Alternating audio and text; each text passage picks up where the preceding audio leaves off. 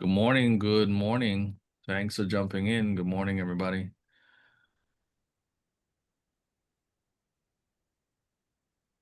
Yeah, a lot of note takers. Good morning.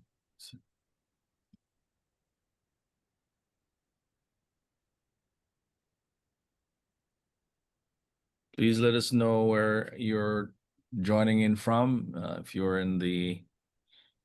let us know in the chat what part of the world are you. We're going to get started in just a moment.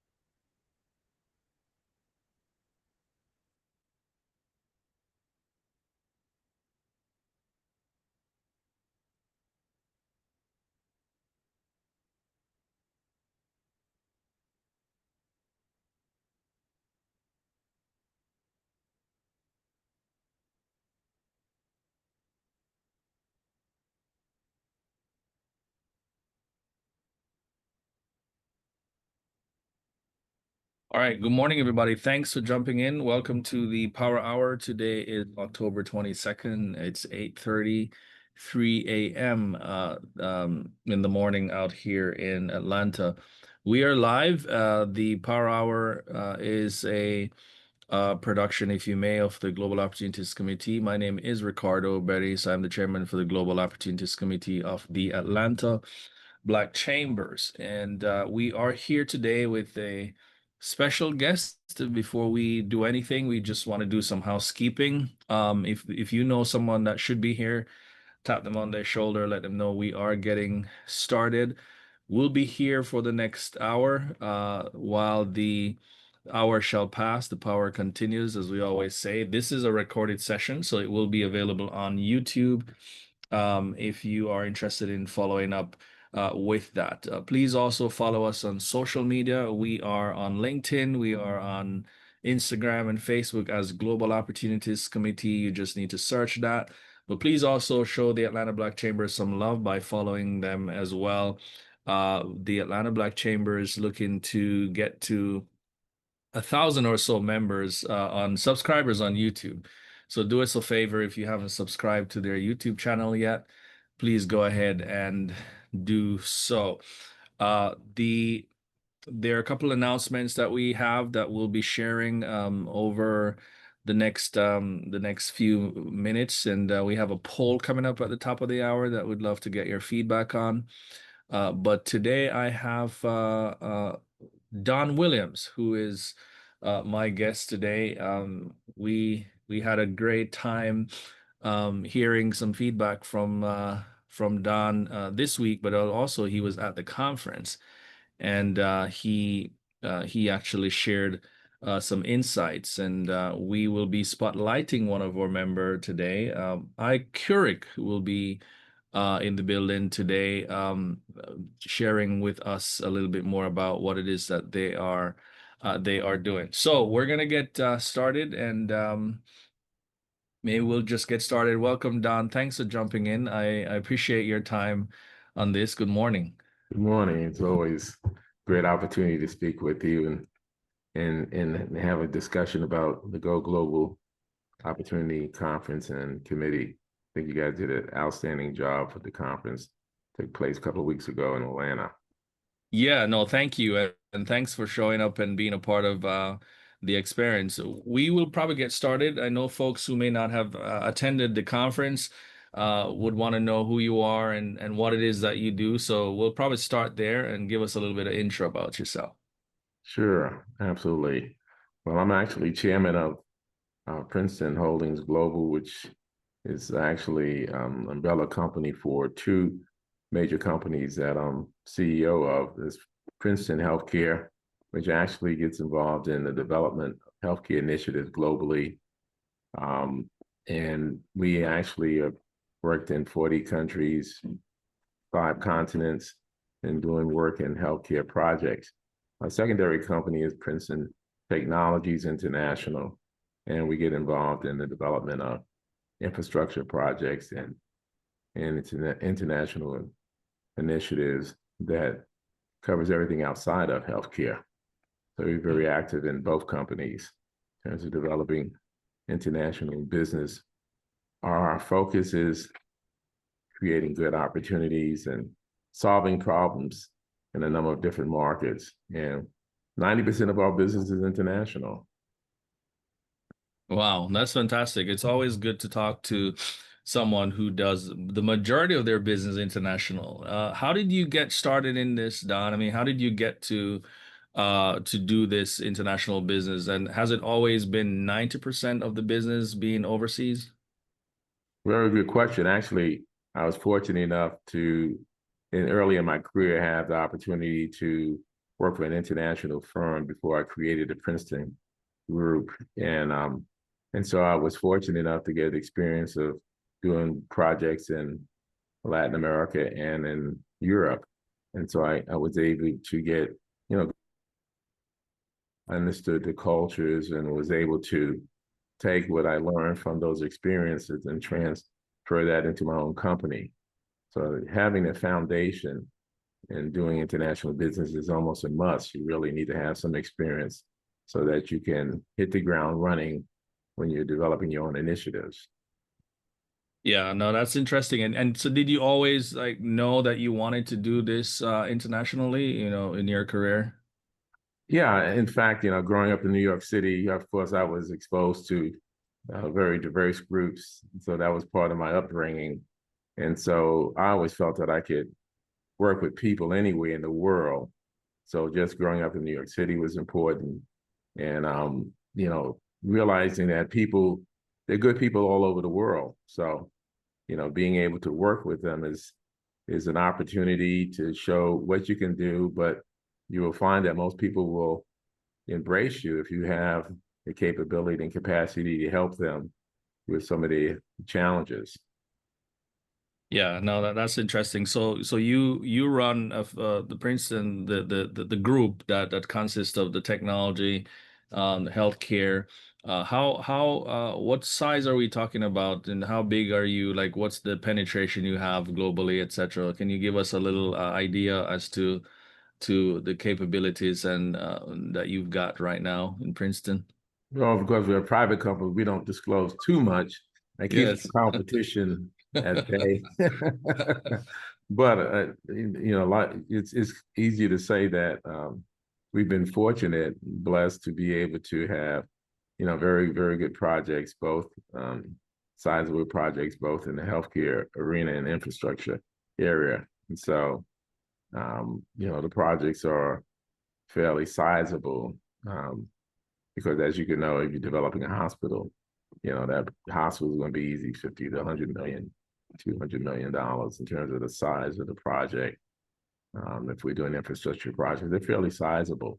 So in many instances, we either take on the role as advisor or a developer, depending on the size of the project. Yeah, and in terms of location, like countries, where are some of the countries that you have some experience in building some of these things? Well, we've actually worked on projects from Ghana to Nigeria to Cote d'Ivoire, just to say in Africa, India, China, Vietnam, Brazil, Peru, to name a few areas, fairly diverse markets. And each of them have been quite interesting, all unique, but all very interesting in terms of the opportunities. Yeah, no, that's very, very interesting. I've got lots of questions because one of the things that I was interested in, how do you do this as a Black business owner? I mean, you obviously, you're stateside, New York, Atlanta. What has been the secret, if you may, as a Black business owner doing this kind of stuff internationally and doing it big like that? Well, I didn't realize I was a Black business owner. I was just a business owner.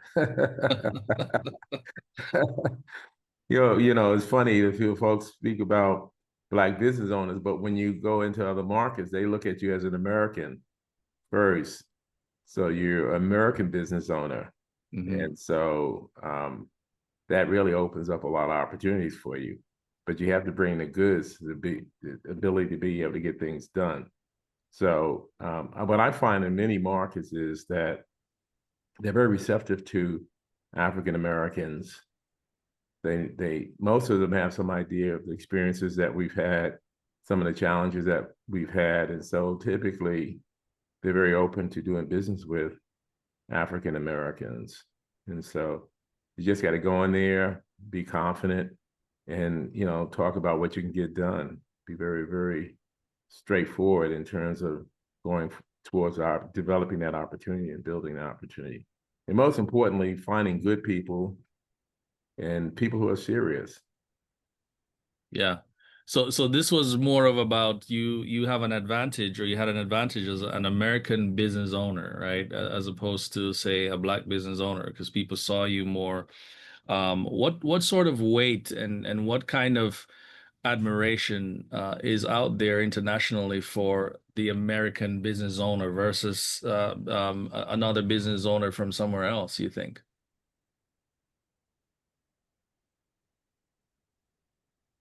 Well, I think, typically people realize if you're coming from the US, typically you have some advantages in terms of typically education, experience, um, knowledge. And so you're bringing some capacity to the market that may not be existing. So just from the beginning, you have a step ahead of most of the folks in those prospective countries, and so they know that you're bringing the goods. Typically, they have a general understanding that you probably have experience and knowledge that they don't have access to. We do a lot of funding of projects also, so it's funding of being able to bring capital markets to that region. Yeah. Funding is always critical.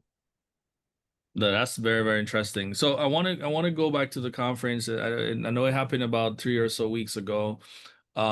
Your take on the conference, you were on a panel, you talked a little bit about sort of doing business internationally. Your general feedback about the conference, being in Atlanta, bringing people together. What were your thoughts about the event? Well, first and foremost, I think you guys did an excellent job. There was a lot of enthusiasm about the international collaboration prospects, and timely focus on global markets, cross-border partnerships. I think it was very exciting. A lot of energy there. It was well organized. So my hats off to you, Ricardo, and your team. You did a fantastic job, and the feedback has been very positive. But it's really a place to get started with. You continue to build on. I think about what you did last year, and then you know what you did this year. We're expecting even greater things next year, and Yeah. seeing deals get done. See, the you think about the meeting is important in the relationships, but it's getting things done. And as I mentioned, even in the conference, to be intentional about making things happen, the relationships that you build, going in there with confidence, really having the capacity, and then making these things happen because the opportunities are there. Yeah, that's very, very interesting. And thank you. And hopefully we'll make this worth everybody's while year after year. But you talk something I want to touch on, which is getting deals done. We know most people show up at conference and events and nothing changes about them year after year, or maybe every 6 months. Wherever they go, they typically still remain the same. No growth. And you and I backstage, essentially, we talk a little bit about why do you think in previous conversations that we've had, why do you think people don't actually grow, or business don't grow after being exposed to so many different sort of opportunities, for example, at the conference? What do you make of that? Why do you believe that business doesn't actually grow from those exposure? Right. I think a good question there, Ricardo. I think you have to look at first and foremost developing meaningful connections with folks who maybe have similar interests or verticals that you may be experienced in, right? So as I explained to you, that too often we find, folks are actually trying to get involved in too many areas at one time. And it's more, I think, more favorable to be able to concentrate on one of your core areas of expertise, maybe have a secondary, but really, where's your core competency, right? If it's in, IT, then focusing on IT initiatives. If it's in healthcare or agribusiness or, solar energy, you have to have some core capability that you can use as a springboard, and you can speak with a certain level of authority. See, because what I have to share with you, when you get into these markets, you better know what you're talking about, because if you don't, you're not going to get any business. So it's important to have a certain level of confidence and knowledge in your core competence area, so you can speak freely, and because you're going to be tested, right? You get into these markets. So I talk about business. The first thing they're going to look at is, what do you actually know? And they feel that you don't know anything, well, guess what? You're not going to get any business, right? Does that make sense? Yeah, yeah. Well, no, that's helpful. So, and we're going to touch on that because you raise a few points there around that focus. The what impedes growth is sort of the ability to actually focus and zoom in on your core and your core base. So one of the things that we do when we invite folks to come out is we talk to them about the sectors and the industries that they're in. And you and I talk about this, that a lot of, if not so many, the majority of the attendees essentially, or businesses in general, they're in so many different things. Sometimes you look at the industry or the sector, and it's like 4 or 5 different sectors that they're actually in. And what you're saying is that's not a recipe for growth. You're saying that the goal here is to kind of focus on the core. How do you identify what this core is? So what's the advice around identifying what the core is? Is it what I studied? Is it what I've actually developed some experience in? How do you speak to that? No, good point. I think it's a combination. I think it should be possibly what you've been trained in education wise, but some of the areas that you may have worked in and you gotten some exposure, because again, you want to be able to see. Let me just take it a step back. It's one thing brokering a project, and so you're basically a connector. Okay, so your role is a connector, right? You got to understand that your role is connecting people. So that's your role. But if you're actually trying to take on a project as a lead person in the project, then you should have some experience, because you're going to be tested, and they're going to look at you. And if you're taking the road as lead person, one of the lead persons in that project, you have to demonstrate you got experience and knowledge. But people will pay for knowledge and experience. Yeah, that's very, very interesting. So being understanding your role, whether you are a broker that's connecting people with each other, or you are actually leading the project. We're going to come back to that, but I want to switch gears real quick, and I want to bring up Dr. Dawn Sizemore because I think she's an example of someone who we're spotlighting her company today. And she's an example of someone who perhaps focus. I think she's in the education business, and she might have some insight around sort of how did she manage to get so focused and so laser into what she's doing to achieve some of the growth that she has. Good morning, Doc. Welcome. Good morning. Good morning. I'm so happy to be here. Good morning to everyone, to GOC, to the community. Yeah, this is a very great conversation. I was thinking about what Don was saying and just reflecting on our journey since moving here to Atlanta in 2020 to grow iCurric, and just our role with GOC and what I personally have went through in terms of my personal development and since immersing myself with here in Atlanta in the community. And I believe there's a really deep correlation, between that. So just to introduce myself, my name is Dr. Dawn Sizemore, and I am the founder and CEO of iCurric, which is a global ed tech and curriculum publishing company headquartered right here in Atlanta. We have went through so many iterations of the company, and we feel like we are finally in a place where we are ready to serve community-based organizations, workforce development organizations, and social impact initiatives that are really looking to offer something that's sustainable in terms of learning, development, and training. So in one word, or in one kind of idea, our focus when we think about our capacity, our core capacity is digital learning design and media innovation. But we really go beyond just kind of the one-off programs to really understand deeply what a community needs in order to transform. And then we take that insight and develop really scalable, sustainable, data-informed solutions that allow communities to move the needle relative to economic mobility. It's something that has required a lot of me personally. My background, I'm an educator in my heart. I'm a teacher in my core.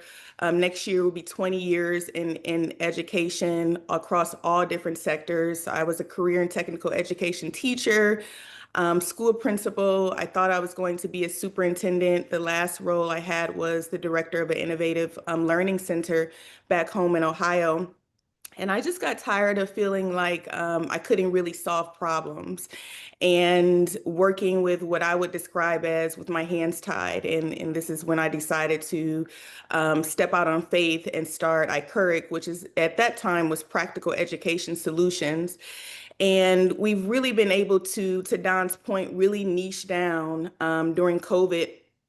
We saw an opportunity with the increase in demand for digital learning to really offer a solution to many of the community-based organizations or accelerators, incubators, faith-based institutions that are looking to offer more non-traditional training. We really saw an opportunity to offer support, to these organizations that are not typically served by ed tech companies or curriculum publishing companies. So we really look to fill that gap, and we want to work with all education organizations that are in between traditional learning. So we do some work with higher education and K-12 schools, but we really want to focus on those community hubs. So incubators, accelerators. One of our biggest clients to date here in Atlanta is the Russell Innovation Center for Entrepreneurs. They really were the launch pad for our company. I'm also a rights stakeholder. And it really gave us deep insight in what it takes to immerse yourself into a community, understand the needs, and then design a learning program, including technology that allows both the organization to grow and better serve the community they're looking to serve, and then also making sure that program meets the needs of the people so they're actually transforming within themselves, and then that allows you to ultimately transform your business. But I'm most excited about two new verticals we're entering in, an amazing partnership with a company called Take Heed Media. Their DBA is the visual lyricist. We've done a lot of work together through the Russell Center and also through GOC. And we're launching iCurric Media, which is really focusing on the content. When we think about media, there's so many parallels between the influence of curriculum and media and how it can either free our community or really keep our community in chains.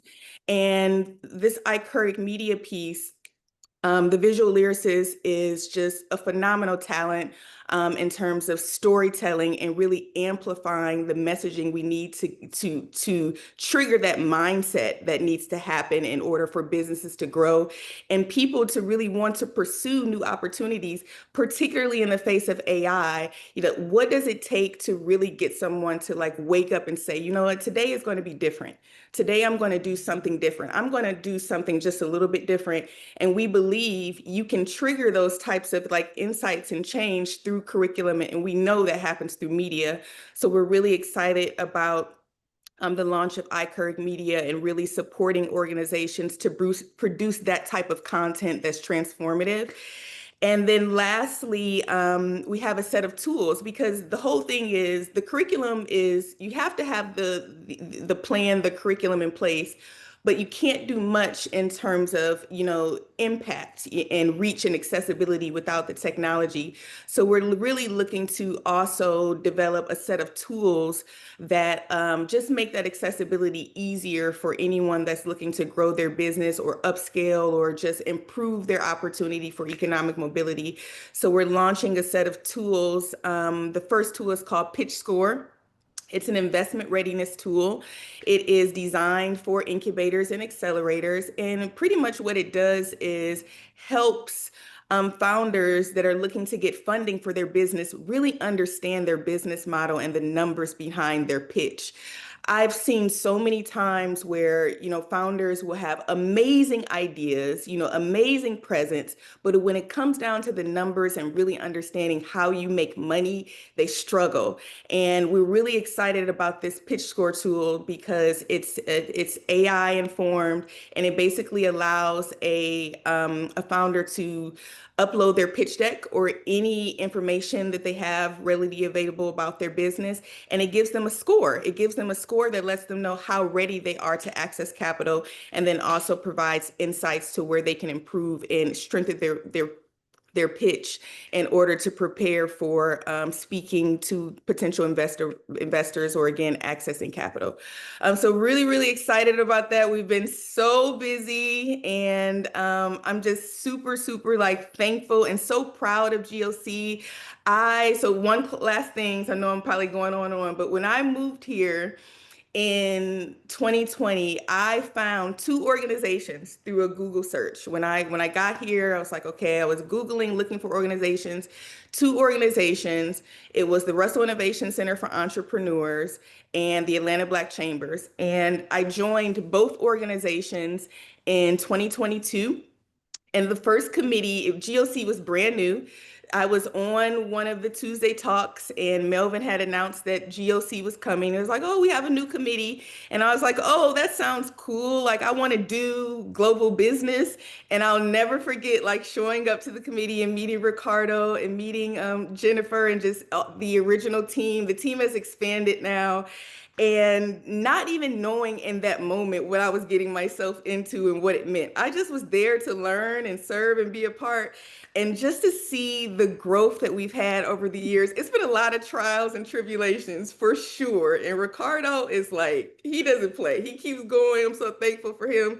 But I'm just so proud and just full of so much gratitude for our ability just to withstand the storms and to stay committed to this, because it's so important to have communities like this that bring us together and allow us to share resources and information in order for us to do global business and sharing solutions and the progress that we're making on a global scene. So thank you so much, Ricardo, and thank you to GOC and just. Ma'am, do you have a Oh, I'm sorry. Go ahead. Go ahead. Please keep your microphone on mute, guys. Go yeah. ahead, Doc. I just want to say just thank you so much. I'm so excited about the progress of the conference, and just excited for what's to come. No, thank you. And thank you for sharing, and congratulations on all the stuff that you're doing. Sounds pretty amazing. One quick question for you. As you are, obviously, we have an audience here, just understanding. So who would you be interested in doing business with, going in? I know you talked a little bit about your customers, community organizations, and businesses. If you can describe your ideal customer that may be on this call, interested in doing business with iCurve, what would you say, and who would you be asking to do business with today?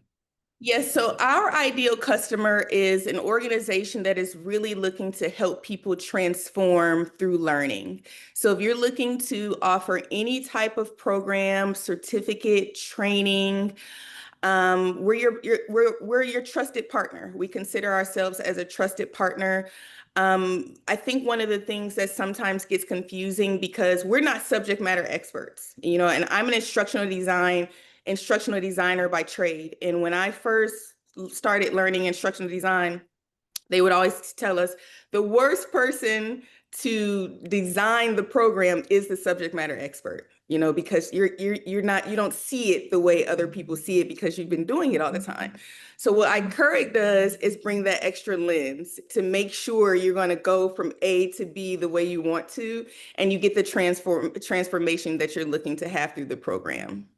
Awesome. And lastly, if there is a country that you're interested in going into the next couple of months, which one would it be?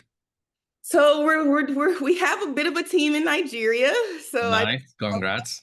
them some. I have an amazing project manager that's building our back end. That's in Nigeria. Shout out to Elizabeth. She is amazing. And then I have a couple of other folks that we're looking to onboard. I've been talking to Sam about some things. So definitely want to do more work on the continent and looking to really build out our team and understand the community and opportunities in Nigeria. Awesome. Well, congratulations. We're rooting for you. Keep going, and definitely looking forward to hearing more about iCurric. That is Dr. Dawn Sizemore, one of our members, GOC ABC. She's doing amazing things. Please put your stuff in the chat, Doc, so that folks can connect with you and see how best you guys can do some business together.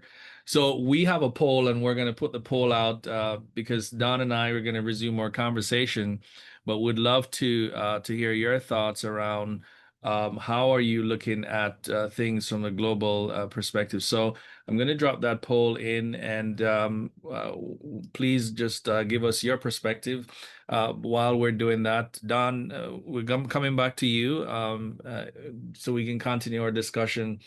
I want to talk a little bit about you mentioned something before we changed gears earlier, and that's about sort of that focus on that verticals. You're in the healthcare space, and that has been your focus. And you talked a little bit about when you go international, people want to understand how much you know. And there's a difference between you being a lead on a project, running a project, or you being a broker. Can you expound a little bit on that, and how do you where is the appetite internationally? Are international folks interested in being a broker, being a lead on a project? Do you see appetite out there for both? And is there an advantage of being one versus the other, you think? A good question. I think it really depends on the project and your level of comfort in any project. So you really have to really evaluate every project and see really where you can actually contribute to the project. Because again, when you're in these markets, you're going to be tested.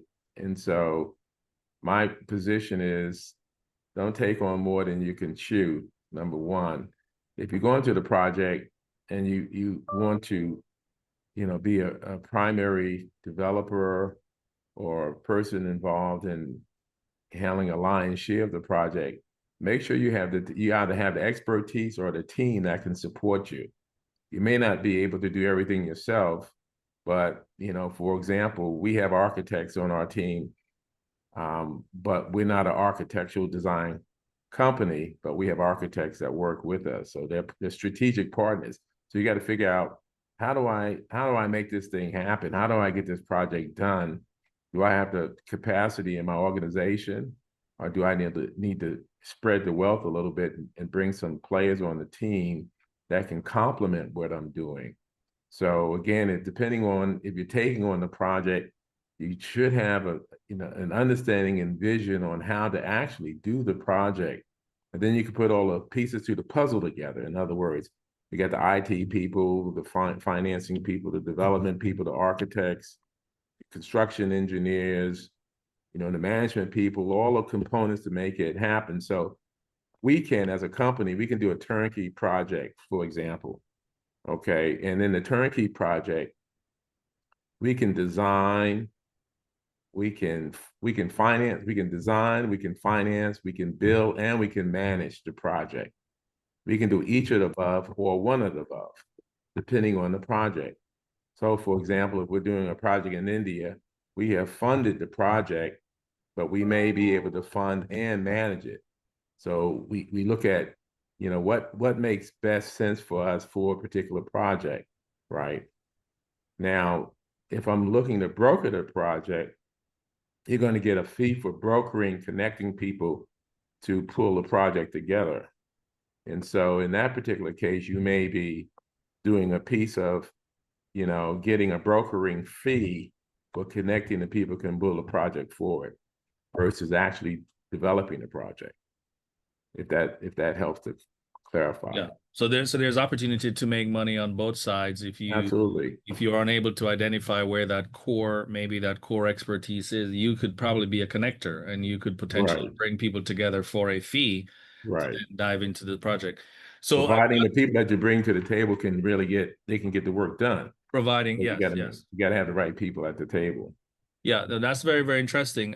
So because the part of what we see is growth is obviously connected to focus, and focus is obviously connected to knowing your core and knowing what. We heard Dr. Sizemore earlier talked about an educator at the core. So she knew that from a while back, and then she was able to build on that core to kind of get her into the growth arena that she's in. But the lack of that creates a lack of traction. People don't actually grow because of the absence of those things. What advice do you actually have for people who don't have the traction that they need to have today? Is it partnering up with somebody else who does? Is it shifting to something else that they think money is in? Because there seems to be a lot of shift that we make. We're in one thing today and it's not making us money by 4 o'clock. We shift it to something else by tomorrow at 8, and we find ourselves shifting. So when you take a look back, you realize that you've been a shifter all your life, and that's probably why you don't make any money. Can you speak to that a little bit, and how you've been able to? Oh, is that a community is that a community issue in our community, or is this a human thing? Like, I want to understand what are your thoughts around that? That's an interesting question. As we talked about, Ricardo, I think you have to understand I think as a foundation, you have to understand what your knowledge base is first and foremost, and you have to be true to that. I think we have a lot of energy and resilience as people, and so I think we like to get involved in a number of different initiatives, and that's why people branch out and connect, and I think that's very positive. I think, however, when you're pursuing these international initiatives, it's important to maybe have an area of expertise that you can really build on. So, in our development, for example, we didn't just go out there starting to develop hospitals. We started out in a segment. We started out in the technology component of the hospitals, and I brought in people who actually manage the hospitals and architects. And so I started building around that based on my level of expertise in terms of business knowledge, business acumen. And then, I said, hey, we can do this. And then we expand to doing that, and then doing that piece, and expand into doing another piece till we started doing the whole, if I can use the phrase, ecosystem for healthcare. And so, that was based on many years of experience and success in different markets. So Europe and Africa and Asia and Latin America, they're all different cultures, but the core business is the same. The financing is the same. Structural design is different, but similar in terms of what's required. So I had a really good understanding of that. And then we branched into infrastructure because it's really, healthcare is just a really specialized infrastructure, see? And so we were able to create the secondary company based on just a knowledge of, having good business acumen and understanding how to develop projects outside of healthcare, because there's a lot of similarities in terms of, the ecosystem of infrastructure in other areas, other industries. And so we have been approached in everything from agriculture, agribusinesses, technology businesses, it really doesn't matter. A lot of the steps are the same.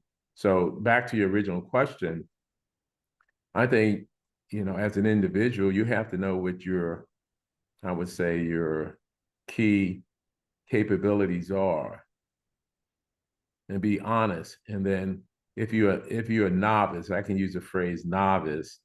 If you had just a few years, some of you guys may have never done any international business. So be careful just stepping out there, okay? Because there's some sharks out there in the water. It's like you got to be a little bit careful and very smart about going into these markets. Do your homework, okay? Now, one of the things I do, I'm also an advisor to the U.S. government, so I haven't told you all the things that I do, but I've been an advisor for the U.S. government for many years, and so I utilize the U.S. Embassy to do some intelligence for me and my companies when we're in the market. So we don't just jump into the markets, even though I say we land like Marines into the market and really get going. What are we dealing with when we get into these markets, right? We have a general idea. Then the other piece of it is having good people on the ground. We don't just go into the market without having people who actually know the language, know the culture, have some contacts and connections. We don't go into the market blind, because that's a problem. You got to be very careful when you go into these markets. So building good relationships and having people on the ground are critically important. So I think some of those components are important. And then finding projects that make sense. And I think, to your point, Ricardo, about jumping around, you have to be careful, because people are watching you also in these markets, and they're saying, well, what are you bringing to the table? That's what they're looking for. You're sitting in a meeting, and in the meeting, they're looking at, like, why are you here? You got to be able to explain, why are you at the meeting, and what are you bringing to the table? If you're connected, that's one thing, that's cool. You just say, I'm here to help facilitate this project, and so you bring some valuable expertise to the table. But don't go into the project saying that you're running the project if you're not able to really develop the project. Bring the people in that can develop the project and know your role as a connector, a facilitator. Okay, so understanding what your role and responsibilities are is key, because people are checking you out. They're going to see what you know, and so be careful about maybe stepping beyond what your real capacity is. I think it's important. Yeah. No, that's absolutely profound. And so you must be checked. You have to be checked out, because people will check you out. So you've got to check those boxes yourself so that you can be checked out. And the projects that you're talking about, I mean, they can be of any size. I mean, the concepts and the principles apply regardless of the size of the project, right? That's great. So I think for those folks who might be thinking, well, you're probably talking about hospitals as millions and millions of dollars worth of project. But it does apply to, if you have $100,000 project or a $200,000 project, the principles are the same there as well. I wanted to that point, you have to do well on the $100,000 project, $200,000 project, which leads to a $1 million project, which leads to $5 million project, leads to $50 million projects. They're building blocks. Yes. So you have to understand your reputation. You're building your brand, if you will, right? You're building your brand. Yes. Wow, fantastic. If you have any questions for Don, please raise your hand. We're going to start taking questions now. So I think I see one in the chat, and I want to ask you about that before you talk a little bit about project financing. And so you basically, it sounds like you offer to your prospects the opportunity to not only develop the project for them, but to also finance the project. And I think that's a very strategic kind of way to get things done, because oftentimes what we see internationally is that there's a lack of capital, a lack of funding that's there. And so if you can get in and facilitate financing some of these, that seems like a little secret sauce you shared with us today, Don, because I think that could be applicable, because most of the drawback, or the pushback rather, that we get, it's like, I don't have the money to kind of do this kind of project.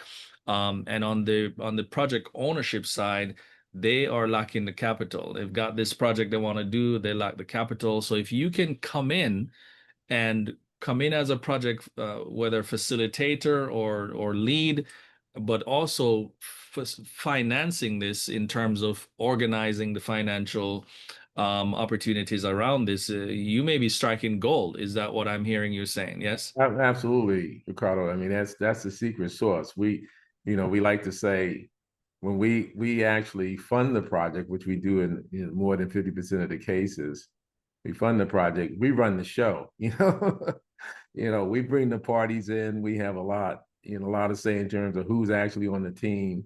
So you become, I say you're in the driver's seat.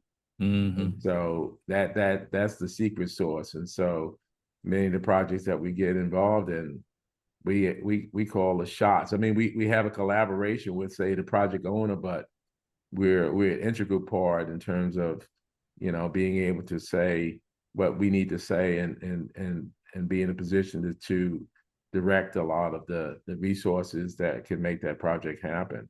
So you're absolutely right. What's kind of unique, which people should know, that many times, in the markets that we're in, we can fund projects better than they can fund in their own markets, or the funding that we can bring is going to be a lot more competitive. The terms are going to be better. And so that puts us in a very unique position. They're clamming for our funding.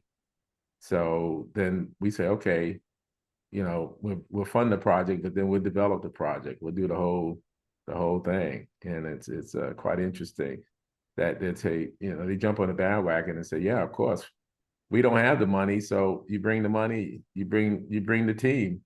Let's just get the project done, right? And so it's quite interesting how it opens up a lot of opportunities for us. And so Yeah. it also gives us an opportunity to turn things down. I was just talking with a group in Brazil recently, and I told them, this is how we're going to make this happen. And the guy was kind of waffling. I said, well, we don't have to do the project. Let's see how you find it. Let's see if you find the money yourself. So it puts you in a fairly unique position. Like, Yeah. you can either come our way, or you can, spend a lot of time trying to figure it out yourself. Yeah, the power of being in the driver's seat. No, thank you for sharing that. Absolutely. That's powerful. Teresa was asking, Don, doing business internationally, are these projects largely run by local employees or American? Because she's imagining that these countries welcome jobs for their citizens, and more so than bringing foreigners in to do the work. Very, very good question. We're open. I think if people have the capacity, in the region, we typically have no problems with hiring people in the region who have the expertise, who are honest people, who work with integrity, and have skills. And so, depending on what area they're involved in, we're open to it. I think what makes us unique, and I think American companies, if you look at some of the challenges, say, for example, in Africa, we all know what's going on in Africa and what China has been able to do, and somewhat to our disadvantage, if I could just be blunt. Okay, so how we win in Africa is really taking a position of helping to fund the project if we have the capacity, and that could be a challenge, but funding the project, but also empowering the people in the region, giving them opportunities. China doesn't do that typically. And so we're at an advantage if we have the ability to come in and provide some of the funding and the knowledge to build the project out. And so that's advantage by also creating opportunities for the people in the region and empowering them and giving them training and support. We can do that. And we should be committed to doing that. And so we're always open to that. No, fantastic. I'm gonna end the poll now and to see, but I'd love to hear anyone else if you have any questions. One quick announcement before we take the next question. Our virtual conference, actually, which is scheduled for the 28th next week, Tuesday, that has been postponed until further notice. So if you have signed up for the program, please get in touch with us so that we can communicate with you directly. But that program has been postponed, so we won't be doing the virtual conference on next week. Please, I'm going to repeat that. We won't be doing the virtual conference next week, but we'd love to talk to you if you are if you had registered for that program, if you had signed up for that program. Natalie was asking Don, is the financing you are referring to for international projects from investors or is it from banks? Very good question. We actually use a real combination, depending on the size of the project and the market. It depends. Sometimes it's a fund, sometimes it's private investors. We work with global funds, so it really depends on the project appetite. The appetite for the investors or the fund. We don't limit ourselves. We're pretty open to what is the best fit. We also even use some of the U.S. government funds in the past. So it depends on, the particular project and the opportunity. To give you an example, some of the funds, the global funds that are available are good, but they're going to be very challenging with respect to the requirements that it takes to get it approved by that fund. They have very stringent requirements that make it sometimes tough. You may have a good project, but it doesn't fit their wheelbarrow, if you will. So, you spend a lot of time trying to get it approved. And then there are funds and private investors, and we work with funds from the Middle East, U.S., Europe. It doesn't matter, even Asia. Depends on the market. So, right now, if we're in Vietnam, we may work at a project out of Southeast Asia. Depends on the market and their appetite for that industry. So we're not limited. We keep an open mind. And so hopefully that's addressing your question. We find the best solution. We're a solutions company. So we figure out what's the best. Not everything works for, the funding doesn't work. The same investment group doesn't work for every project, clearly.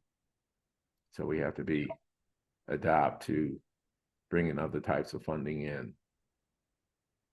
Yeah, no, thanks for that. And Nandi asked if can someone become an affiliate as an insurance agent? I believe they might be asking about projects like, for example, like you do that requires insurance.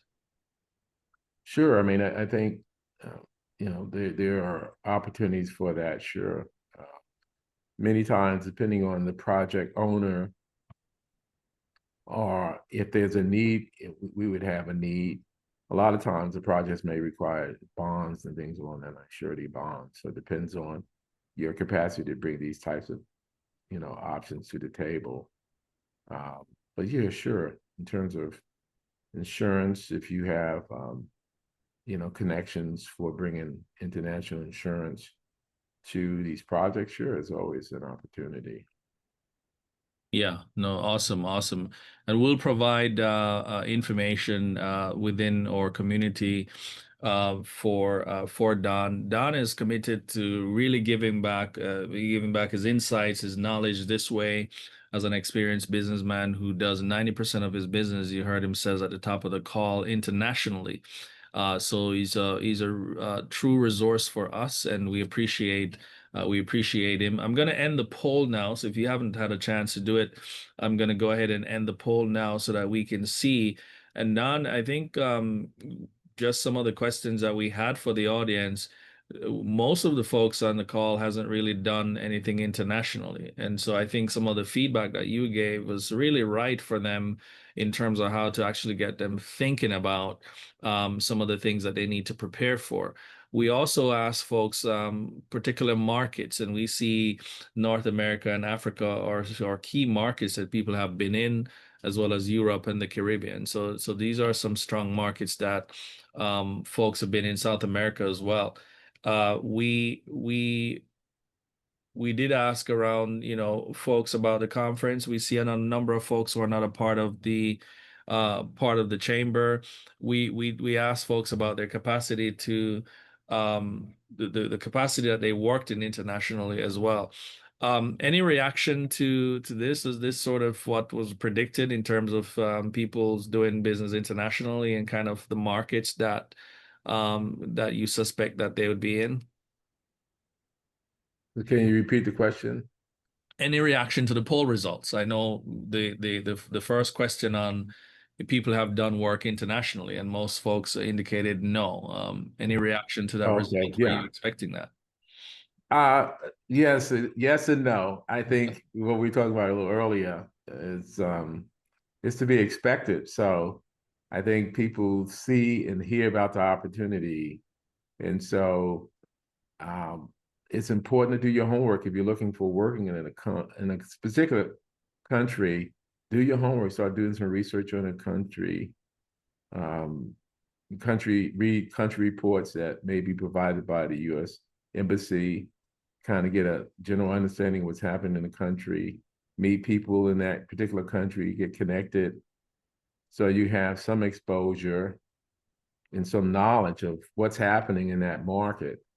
I have found people, one of the questions people ask me is, oh, what's the best country you ever worked in? I said, they're all very interesting. So I don't have a best.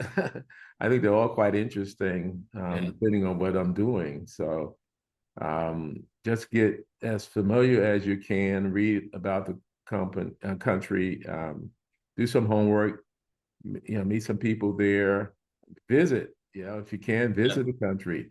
So you have a really firsthand understanding of really what's happening. Because sometimes what you read is not exactly what you see, so you got to get it out. I mean, when I first flew to Africa, I said, where's Tarzan at? No, I'm just joking. But, it's important if you can get the opportunity to meet people from the region and visit. That gives you a real good understanding. And for me, it was very helpful to really see things firsthand. And when you're there, you actually see, okay, there's some things happening here, some things are cooking that could be interesting. There's some needs in the market that you can address. And that's when you kind of get a real good feeling on, hey, there's some opportunities here. Maybe I can find a niche that I can work in that has impact, So one of the reasons we're in healthcare is because it's impactful. And we know that we're saving lives. Yeah.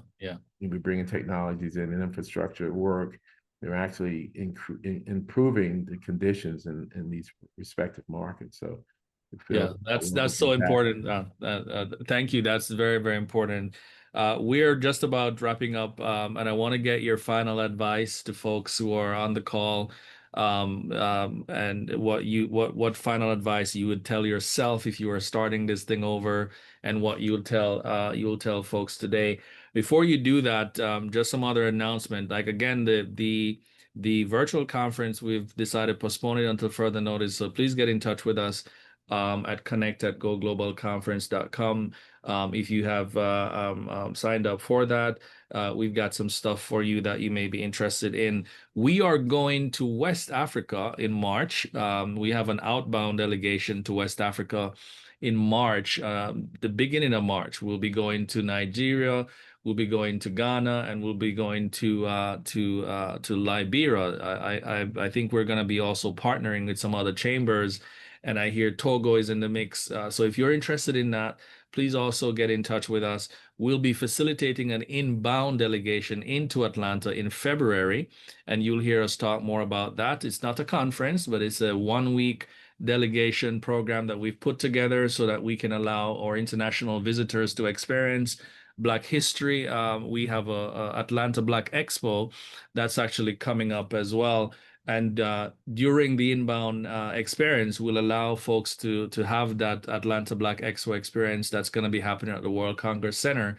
So if you are interested in that, anyone internationally that's interested in being a part of that delegation, please also reach out to us. Don, your final advice, your final thoughts. If you were talking to yourself just before you get started, and what would you tell yourself back then? Advice for the folks who are on the call. Sure. My last word of advice is the world is your oyster. There's tremendous opportunities out there for you, and you just have to really do your homework, be confident, build the connections. I think this organization is doing a fantastic job, and you want to connect with good people who are resourceful, and don't stop. I think you just have to find the right niche, but visit these markets, do your homework, be prepared, and don't limit yourself. You have so much opportunity in front of you. Just have to be very serious about it. And then, as I mentioned in the conference, be intentional about getting things done, and you will be successful. There's no limit to the opportunities in front of you. Fantastic. Let's get you some traction, guys. Thank you so much, Don, for this. This was Thank you. a really great conversation. Thank you, for the everyone, for opportunity. joining. We'll see you next week on the Power Hour, same time, same place, where we have another discussion with another guest that we'll be bringing to you. Have a great afternoon, everybody. Have a great day. And the power continues. It's all within you. We'll talk soon. Take care. Take care.